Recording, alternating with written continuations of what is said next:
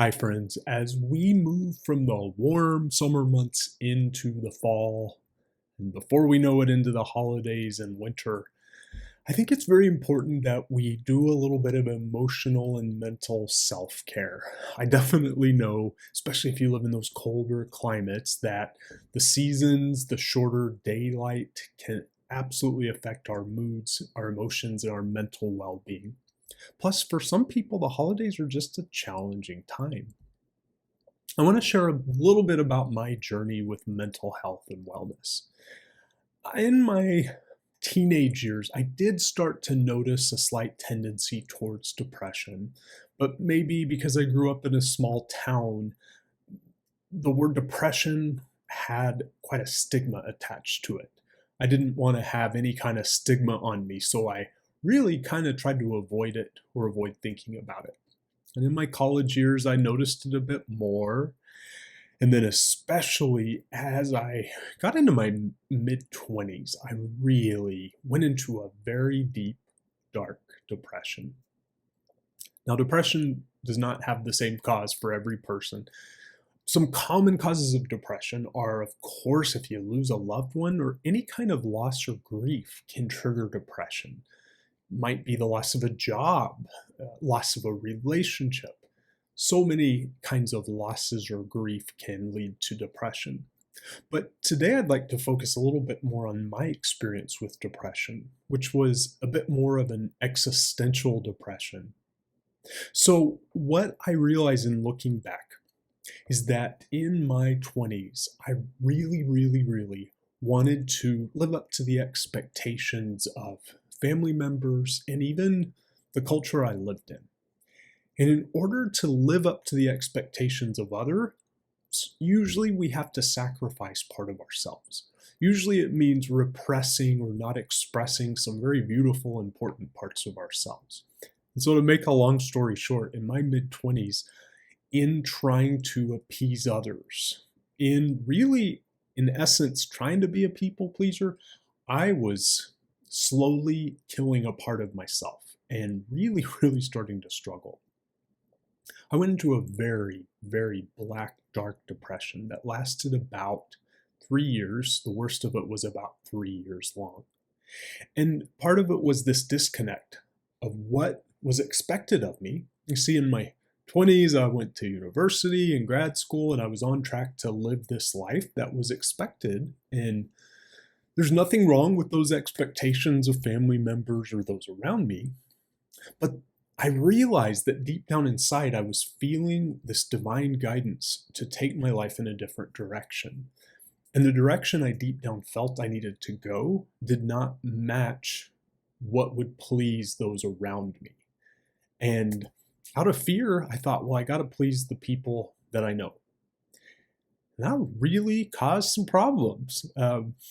Looking back, I realized that the depression was necessary. It had to get so bad, so dark, so ugly for me that I would be willing to try something different, that I'd be willing to break the mold, break out of the box, and just live according to my heart and soul.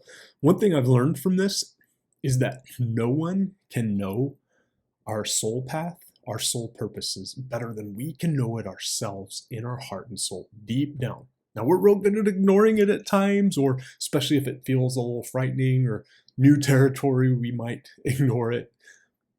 But no one can know it for us better than we can know it ourselves, deep in our hearts and souls. It wasn't until I finally just did a bit of surrender and said, okay, God, you win. I don't know what this looks like. I don't know how it'll work out. I really don't even believe I can live this life that I feel like you're kind of showing me in my heart and soul. It's like there was a part of me that thought I wasn't good enough for it, or it just wouldn't happen, or it sounded too pie in the sky for me. I can tell you now, in my 40s, looking back, that my life that I have now, I really couldn't have believed it was possible in my 20s. I couldn't have accepted that this would be the life that I have. And I love my life now. It's not perfect, it's not going to be, but I love it. It's truly a beautiful, blessed life. I say all of that to say this. If you've ever been through a deep, dark depression, maybe it was caused by a grief or loss, but maybe If you've been through it before or you're going through it now, it's because there's a part of you that you haven't made peace with, a part of you that wants to be expressed, not repressed.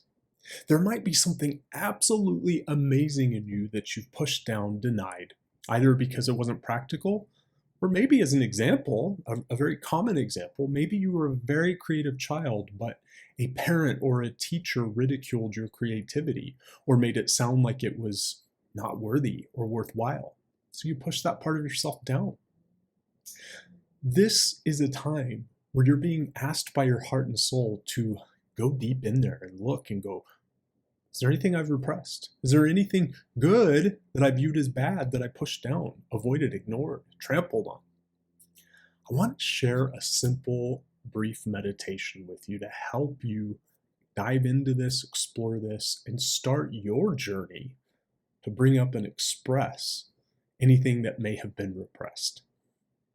And perhaps to start to climb out of any pit of darkness, despair, depression that you may have experienced in your life. For this exercise, I just want to start with a simple breathing exercise. So go ahead and sit up nice and tall.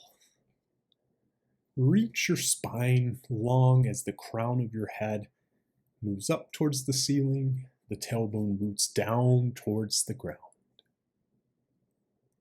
We're going to practice box breathing, which is just a very simple, nice way to calm the mind, calm the body, root down, ground down. It's a 4-count inhale through the nose. We hold the breath for a count of 4. And then we 4-count exhale through the nose. Go ahead and empty all the air from your lungs. Close your eyes, and I invite you to take a 4-count inhale with me. 1, 2, 3, 4. Hold the breath in your belly for 4. 1, 2, 3, 4. Exhale through the nose for 4. 1, 2, 3, 4. Big inhale into the belly for 4. 1, 2, 3, 4. Hold the breath in the belly for 4. 1, 2, 3, 4. Exhale from the nose. 1, 2, 3, 4. Deep belly breath. 1, 2, 3, 4. Hold that navel out for 4. 1, 2, 3, 4. Exhale through the nose for 4. 1, 2, 3, 4. I invite you to go to that place deep within you where there is a deep, deep knowing and understanding. Something that's deeper than your logic mind, deeper than your emotions. There's a place within you where you can connect with your soul, that part of you that is beyond ego, beyond emotions, beyond suffering. Part of you that holds the blueprint of your soul and what your soul came here to do, to learn, to experience, to achieve. For some, it can be helpful to bring your awareness into the center of the brain, where the pineal gland is located. For others, you may bring your awareness into the center of your heart. Just feel it out for yourself. In my own journey, when I made peace with, accepted, and embraced all the parts of me that wanted to be expressed, that, and only then, is when I began the climb out of the deep pit of despair. Your heart and soul has a message for you. There may be something in you that wants to be accepted, embraced, acknowledged, perhaps even expressed. In this moment of stillness, your heart and soul are pointing it out to you. Just breathe, feel, be present.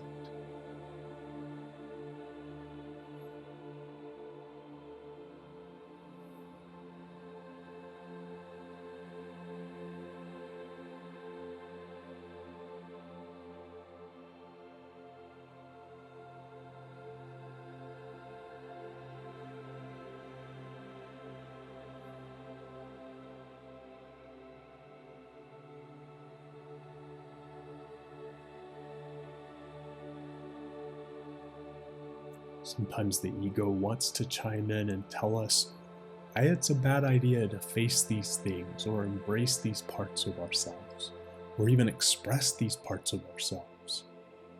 But so much deeper than the ego is this deep, abiding knowledge that this part of you, or these parts of you, are beautiful, unique, wonderful. Works of art, even. When you're ready, I invite you to open your eyes.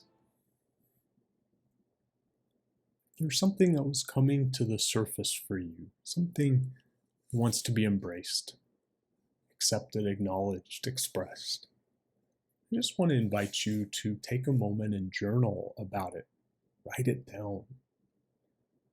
Journaling about it can get the wheels turning on starting to do something positive with this understanding or knowledge. It's also helpful to work with a deeply trusted friend or advisor. It can help you find the courage to face, embrace, and express. I want to thank you for joining me on this meditative journey. And as we face these parts of ourselves and love these parts of ourselves and express these parts of ourselves, we give ourselves permission to thrive. Until next time.